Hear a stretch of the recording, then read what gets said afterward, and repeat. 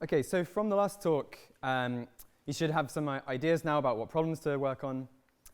So now we'll turn to what's best to do within those problems. So we call that choosing the best methods. And the key message of this section is to think broadly. Normally when we think of making a difference, what comes to mind is relatively direct ways of making an impact, like being a social worker, a doctor, or a charity worker. But there's many more ways to make a social impact than this, some of which seem like they can offer a greater scale of impact, or they might just be a better fit for you. Many people just don't want to be a charity worker. So I'm going to go through 4 broad types of paths to consider. The aim is to help you get some new ideas about what you could work on. So the first is direct work. This means attempting to solve the problem directly. So some examples: many non-profit jobs. I'd group doctors, social workers, and teachers into this category. This is what I'm doing. And in more practical terms, it means trying to find the best organizations you can within the problem that you're most interested in, and then trying to work at those organizations. So quickly ask yourself, what are the best organizations within the problems that you want to focus on? And could you work for one of those? Could that be an option for you? The next is research. Research can often have more impact than direct work. Just remember the examples of medical research we saw in one of the previous talks, oral rehydration therapy. One reason for this is that if you discover a new idea, then everyone can go and apply that idea. So the impact of the discovery can rapidly scale up in a way that can't if you just help people one by one in front of you. Concretely, following this path basically means doing a PhD, and then there's working in academia, and then from there you can exit into all the non-academic research roles within think tanks, NGOs, government, and industry. Within this option, I'd say, if you have a serious shot at becoming an academic within a pressing problem area, or who could work on a pressing problem, then seriously consider doing a PhD. Oh, and then also finally, don't forget that you could change field. This is often the right thing to do. So here's an example from someone we advised. Hauke was doing a neuroscience PhD at Harvard. He started reading 80,000 Hours several years ago, and he started to become skeptical about his potential for impact within neuroscience. Also didn't want to work within it as much from a kind of personal point of view. So he basically just decided to switch out of academia and applied really widely to consulting jobs, policy jobs, non-profit jobs. One of the non-profits he applied to was Giving What We Can, who we mentioned earlier. And he landed the job and now is head of research there, where he leads their efforts to do research into which charities are most effective to donate to. So the third area is advocacy. There's a couple of different types of advocacy. One is social advocacy, which is changing public opinion. Another is political advocacy, which is changing policy. And then the third one is movement building, which is mobilizing people behind a cause. Advocacy can beat direct work because if you can mobilize 2 people to work on a cause, then that can have potentially twice as much impact as if you'd just worked on it yourself directly. So it's kind of multiplier on impact. Also, if you look at many of the highest impact people in history, they were basically advocates of some type or another. And it's a way that a small number of people can have very big effects. So to follow this path more concretely, one option is just to become a campaigner or an advocate, work at a campaigning NGO. But then there's a bunch of other options, like working in any generally influential position and then using that platform to promote pressing problems. So that includes things like journalism, being a public intellectual within academia, working in policy. Another option is just to do it in your spare time. So have a more normal job, but then promote important causes in your free time.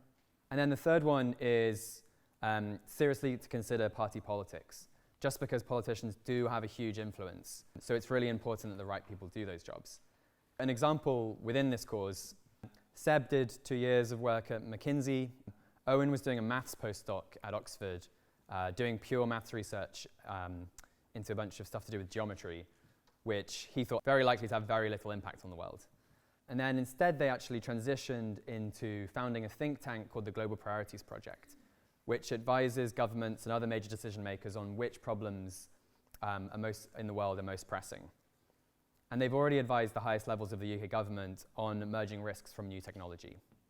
The fourth option is what we call earning to give.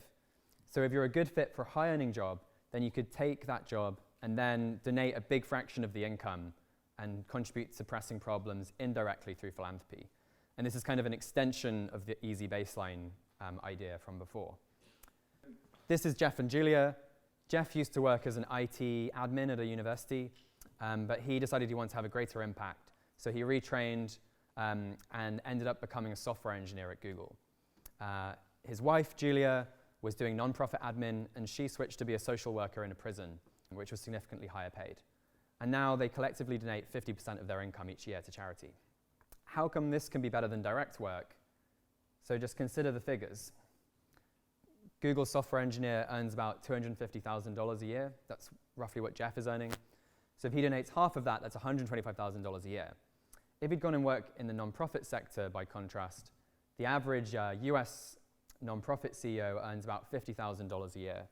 So Jeff's salary, his donations are enough to cover the salaries of about 2.5 nonprofit workers, and also live on 2.5 times as much income as he would have otherwise. So it's possibly better for him as well. And then in terms of direct work, probably the nonprofit CEO would have a greater direct impact through their work. But also Google does have a positive impact as well, or at least certain parts of Google. So I think looking at all this, it's pretty plausible that he's having a greater, or at least similar impact to what he would have if he'd gone to work in the nonprofit sector himself. We don't normally consider earning to give as an option, but some people we advise are just really interested in doing a higher earning career, but they worry it won't be ethical. And in that case, if you think you'd be a good fit, then it can just be an option to donate a significant fraction of your income and still have a significant impact.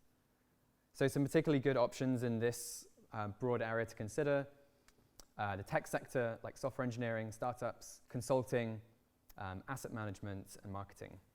The other ones I'd say at the bottom are less generally promising, but they're still very high paid. So if you're a good fit for them, they could be worth considering.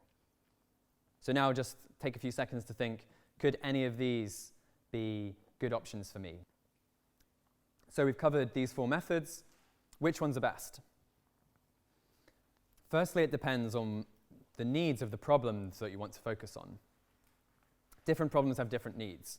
So for instance, breast cancer doesn't really need more people raising awareness of it because we're aware that breast cancer is a problem.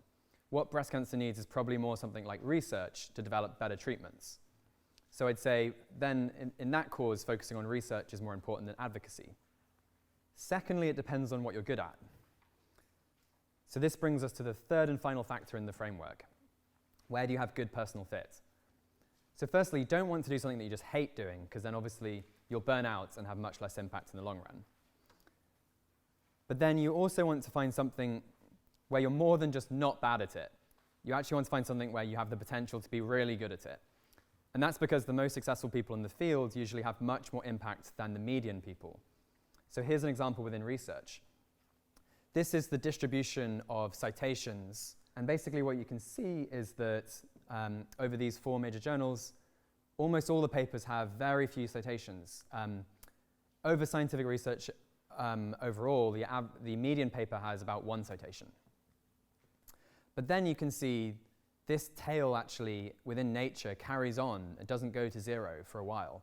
It turns out actually the top 0.1% of papers have over 1,000 citations. So 1,000 times as much as the median. So that's a really huge spread in the kind of how much that research was read between the top 0.1% and the median. And similarly within entrepreneurship and many other fields, there's often these very wide spreads. So within entrepreneurship, the top couple of percent of entrepreneurs account for most of the economic value created. And so this means you want to ideally find a job where you have the chance to become really good at it. But don't make the mistake of thinking, or like trying to follow the advice, do what you're good at. Don't expect to already be really good. Getting really good at anything requires 10 or 20 years of hard work. So the question is more, what could I become good at, rather than what am I already good at? Okay, so now we can sum up the last 2 sections. To find the job in which you can have the biggest social impact, look for the most pressing problem, select the best methods, and try to find something with excellent personal fit. If you do all these, then you can have much larger impact than the easy baseline, which is already a lot of impact. Moreover, you'll be doing what contributes, and so having a fulfilling career as well.